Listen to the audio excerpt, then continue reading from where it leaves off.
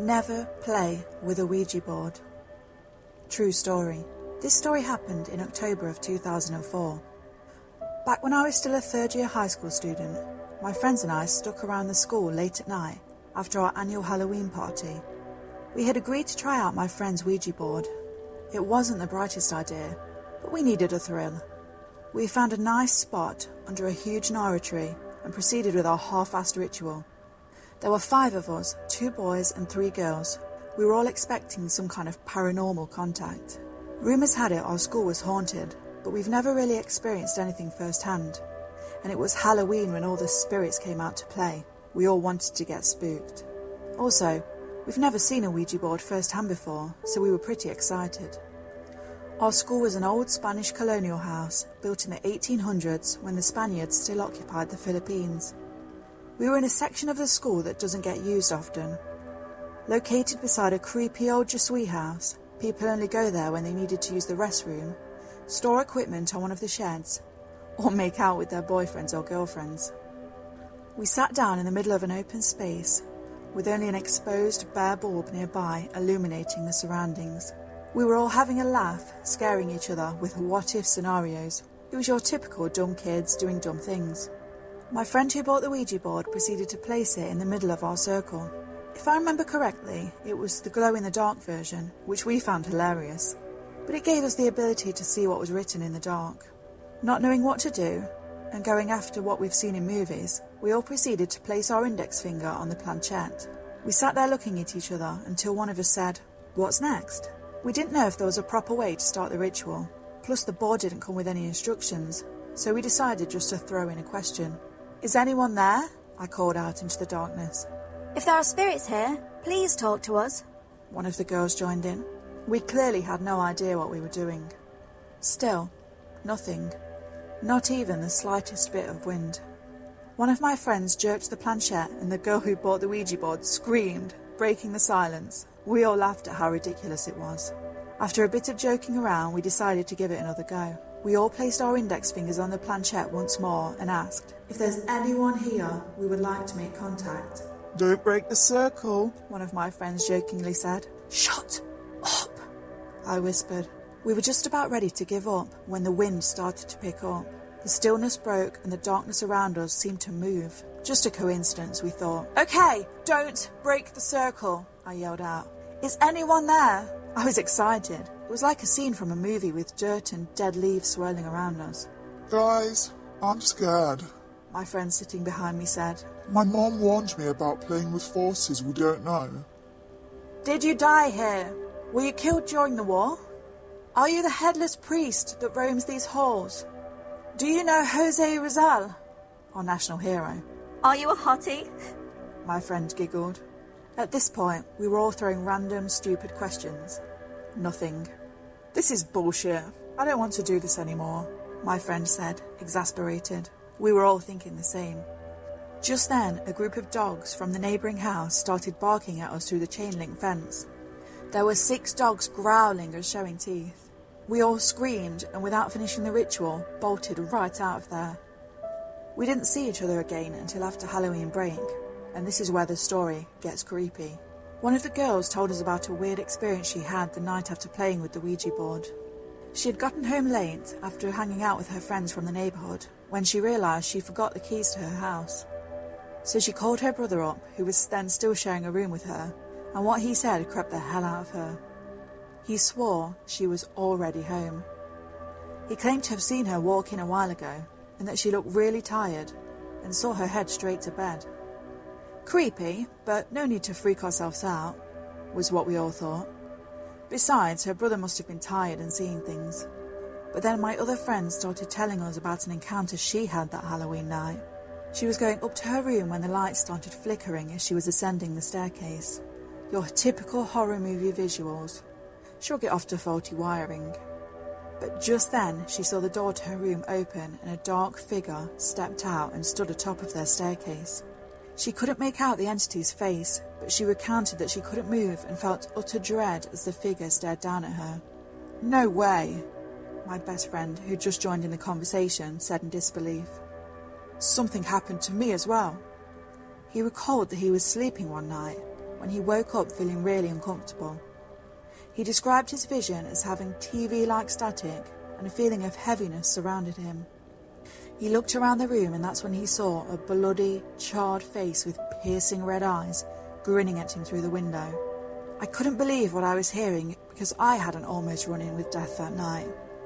After the ritual, I was sleeping in our sedan on the way home after fooling around with the Ouija board when I felt our car jerk. I woke up instantly. Looking out of the window, I found out that we'd been hit by a huge oil tanker. I panicked and leapt out of the car. Luckily, my mum and I survived the crash since the front of the car was a total wreck. I still don't have an explanation why those things happened to us, but thank God nothing happened after that. I never played or went near a Ouija board ever since. The end. Overdose, Ouija disaster. True story. A couple of years ago, I went to a rehab in Southern California for alcohol and Xanax addiction. My family and friends were beginning to worry about me a lot, so if anything, I did it more for them than for me. Being there for almost 4 months, we all got pretty close. However, disaster struck and my roommate decided to hit the needle again.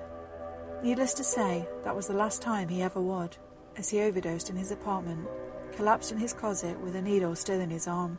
This is where some friends and I found him, motionless. We called 911 immediately, but it was unfortunately too late. A few weeks passed and we are still living in the same apartment that he passed away in. Being newly sober and not really knowing what sober people do with their lives all day, we do a bunch of random stuff to keep our minds off our old habits. This night we decided to use a Ouija board. We all sat in the living room and began. We said the prayer, put our hands on the planchette and started asking routine questions and got nothing. About to quit, someone had the brilliant idea of going into our friend's room that passed away. Sitting in that room, we pulled everything out again, redid the procedure. We asked, "Brad, are you still with us?" Amazingly, the planchette went to yes. Both a little freaked out and a little excited, we continued. We asked simple things like if he was okay, etc. All was okay until we asked Brad why he did it. The planchette went to B-A-D-G-N-E. We thought about this for a while and asked, "Brad gone?" The planchette rapidly went to yes. "Who is this?" we asked. Nothing. Angry, I screamed, "Who the heck is this?" Planchette moving like I've never seen it before. Z-O, Z-O, Z-O. over and over again. I had no clue what the heck this was, but I turned to my friend and his face was white. When the planchette finally came to rest, I asked my friend what was wrong. He stammered, "We need to quit. We need to stop this now." Being a huge tough guy, it was strange to me he was so scared. "Stop being silly," I said jokingly. That's Zozo, a Ouija board demon. He pretends to be family or friends and then finally reveals himself. I took this in and kind of chuckled to myself. Oh, really? That friend took off and went back to his apartment while 2 of us stayed, taunting the demon and cussing him out. We finally asked what he wanted and the planchette shot straight at me. Terrified, I asked, "What do you want with me?" It took off in the directions of H-E-L-L. respectively. I stated, "You want me in hell?" It shot to yes. "Are you going to kill me?" The planchette stayed at yes.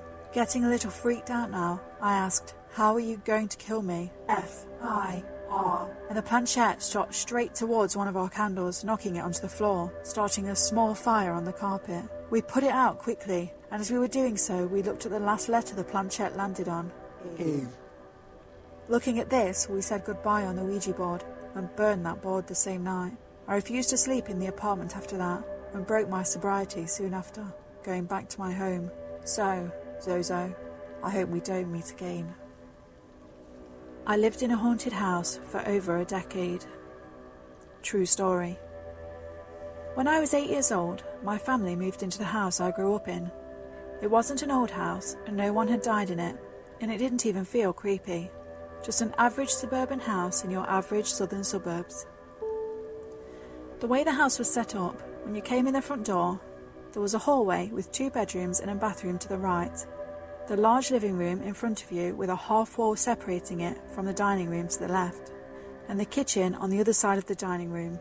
Where the kitchen and the living room met, there was another small hallway, and the master bedroom, a bedroom that was used as an office, and a bathroom, and then a breakfast nook leading to a laundry and utility area at the end of the kitchen. My room was to the right of the front door, and down the hallway past the bathroom, with the other bedroom on this hallway used for storage mostly, as I was my mother's only child, and my half-brother and sister didn't live with us and rarely came to visit. The first time anything really happened in the house, I was about 9 and had lost my last tooth. Still being a kid, of course, the tooth fairy was expected, so when I woke up in the middle of the night and saw a figure standing in the middle of my room, I assumed it was the tooth fairy. It was bald and only about 3 or 4 feet tall, about the size of an average child, standing completely still in the middle of my room. I remember my parents telling me that if I was awake, the tooth fairy wouldn't leave me any money, so I rolled over and went back to sleep. When I got up the next morning, I excitedly told my parents that I'd seen the tooth fairy the night before. I described what I'd seen, but they told me it was just a dream.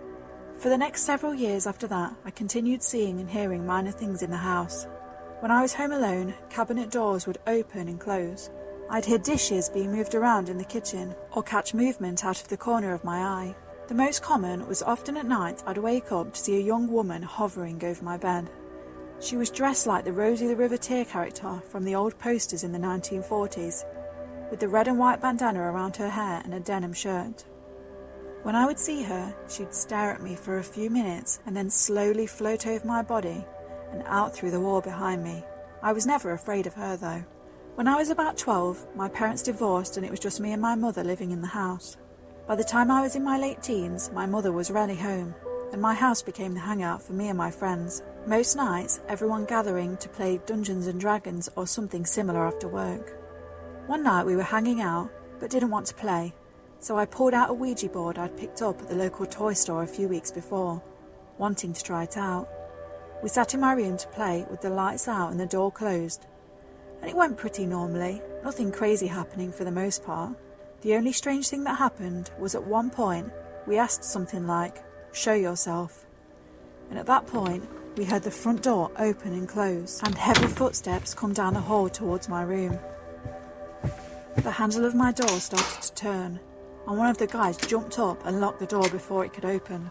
We didn't hear anything else, no footsteps moving away from the door or anything, and after a little while we turned on the light and opened the door to see if my mother had come home unexpectedly. The house was empty and the front door locked. We decided we'd had enough of the game at that point, put it up, and everyone went home. A few weeks later, we were hanging out at my house again, this time playing Dungeons and Dragons, though one of the girls that usually came had to work late and had classes in the morning, so she'd said she wouldn't be coming.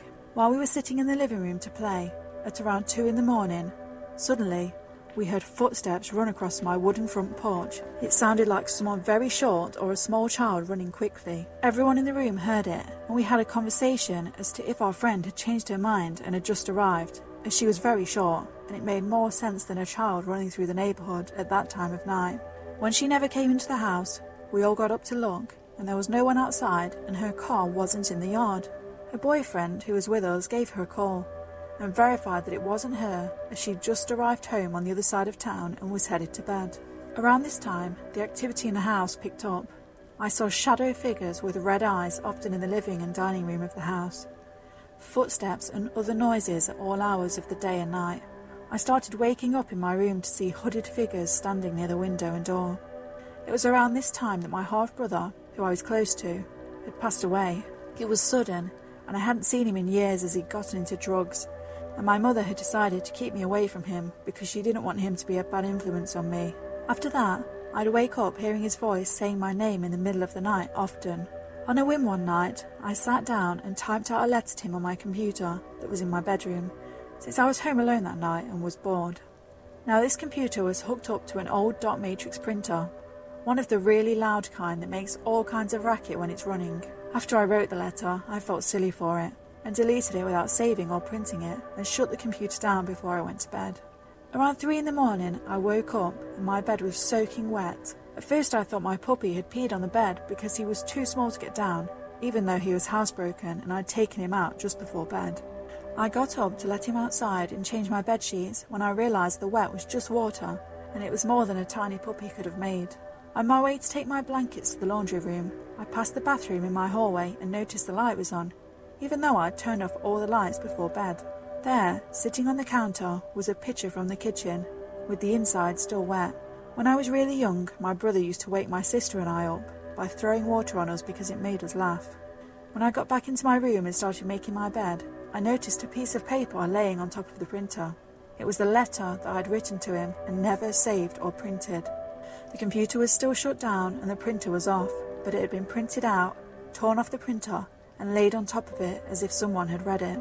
The normal things like this continued for a few years while I lived there on and off, before turning dark shortly before I moved out of the house for good. The hooded figures appeared more often. I woke up one night with the feeling that I was being stared at, only to roll over and see what looked like a rotting corpse a few inches from my face. And one night woke to a hooded man standing at the foot of my bed with my bedroom door open where it had been closed before. He held up his hand and a ball of blue light appeared in his palm, which he threw at my face. He and the ball disappeared just before it hit me, but the room was so cold that I could see my breath on a normally hot southern summer night. When I was in my early 20s, after I moved out for good, I had one last experience in the house. My mother hadn't been to the house in months and was preparing to sell it. I told one of my cousins about the things that had happened there through the years, and he decided that one night, out of boredom, he and a friend of his would pick me up to go ghost hunting in the house while it was empty. We each had a camera, and he had a voice recorder that we bought. We set the recorder in my old bedroom and spent an hour or two wandering around the house taking pictures. When we got done, we came back to my room and sat and listened to the recording and discussed all of the nothing that we'd found. On the recording, we could hear our voices moving from room to room and talking about how my cousin's friend's camera had a sexy shutter sound, and the fact that my camera stopped working almost as soon as we walked in the door. About 20 minutes into the recording, when we could hear all three of our voices echoing from the other side of the house, a deep voice that sounded like it was right up against the microphone on the recording spoke. "Get out." We immediately obliged. I found out a few years later that my mum actually had several experiences in that house, with waking up to find an older man in his 50s or 60s looking through her closet, or seeing him just wandering around the house. When she'd say anything or get his attention, he'd turn around and look at her and then vanish. She always thought she was just dreaming or something, but with everything I saw over the years at that house, I can't help but think it was something else.